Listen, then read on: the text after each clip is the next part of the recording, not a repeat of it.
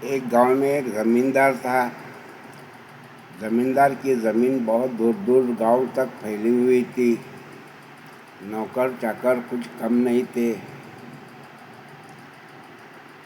बड़ा नामचंद ज़मींदार था और लायक था। हर सज्जनों को, हर गरीबों को मिलजुल के रहता था। घमंडबाजी बिल्कुल नहीं था। दया, धर्म, प्रेम, श्रद्धा, भावना से भरा हुआ था। ज़रूरतमंदों को पैसा देता लेता, उनकी सहायता सपोर्ट मदद करता। एक दिन ऐसा हुआ, कहीं दूर देश का एक गरीब किसान, नौजवान युवक वहाँ आ पहुँचा और ज़मींदार से हाथ जोड़कर कहने लगा, ज़मींदार जी, आपका तो नाम बहुत दूर दूर तक फैला है। काफ़ी दयालु है, काफ़ी दया दृष्टि से भरे हुए हैं, लोगों की मदद करने में माहिर है। लेकिन मैं भी आपके यहाँ नौकरी करना चाहता हूँ। किसानी काम अच्छी तरह जानता हूँ।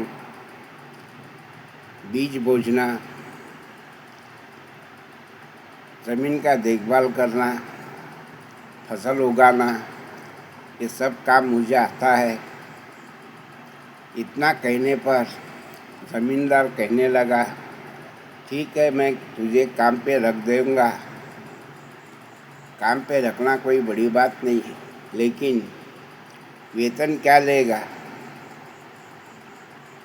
तो उस किसान ने कहा, मेरा वेतन लेने का तरीका इन सबसे अलग है।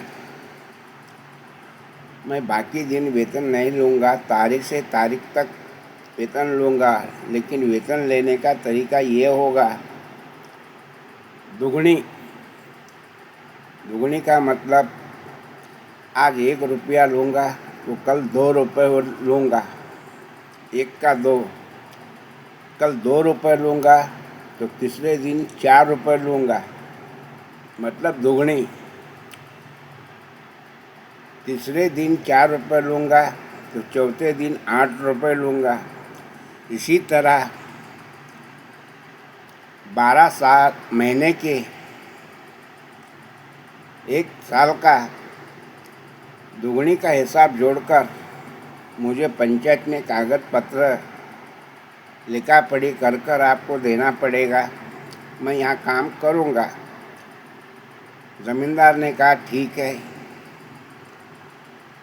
काम कर लो। तो कागज पत्र लिखा पढ़ी हुई। जब 1 तारीख को काम करने शुरुआत किया, 1 तारीख का 1 रुपया हुआ, 2 तारीख के 1 के दुगनी 2 रुपये, दोनों मिला के 2 दिन में 3 रुपये बन गए। 1 तारीख का 1 रुपया, 2 तारीख के 2 रुपये, 3 रुपये, 3 तारीख के 2 के दुगनी 4 रुपये, और 4 तारीख के 4 के दुगनी 8 रुपये। इसी तरह का दुगनी का हिसाब चलता रहा।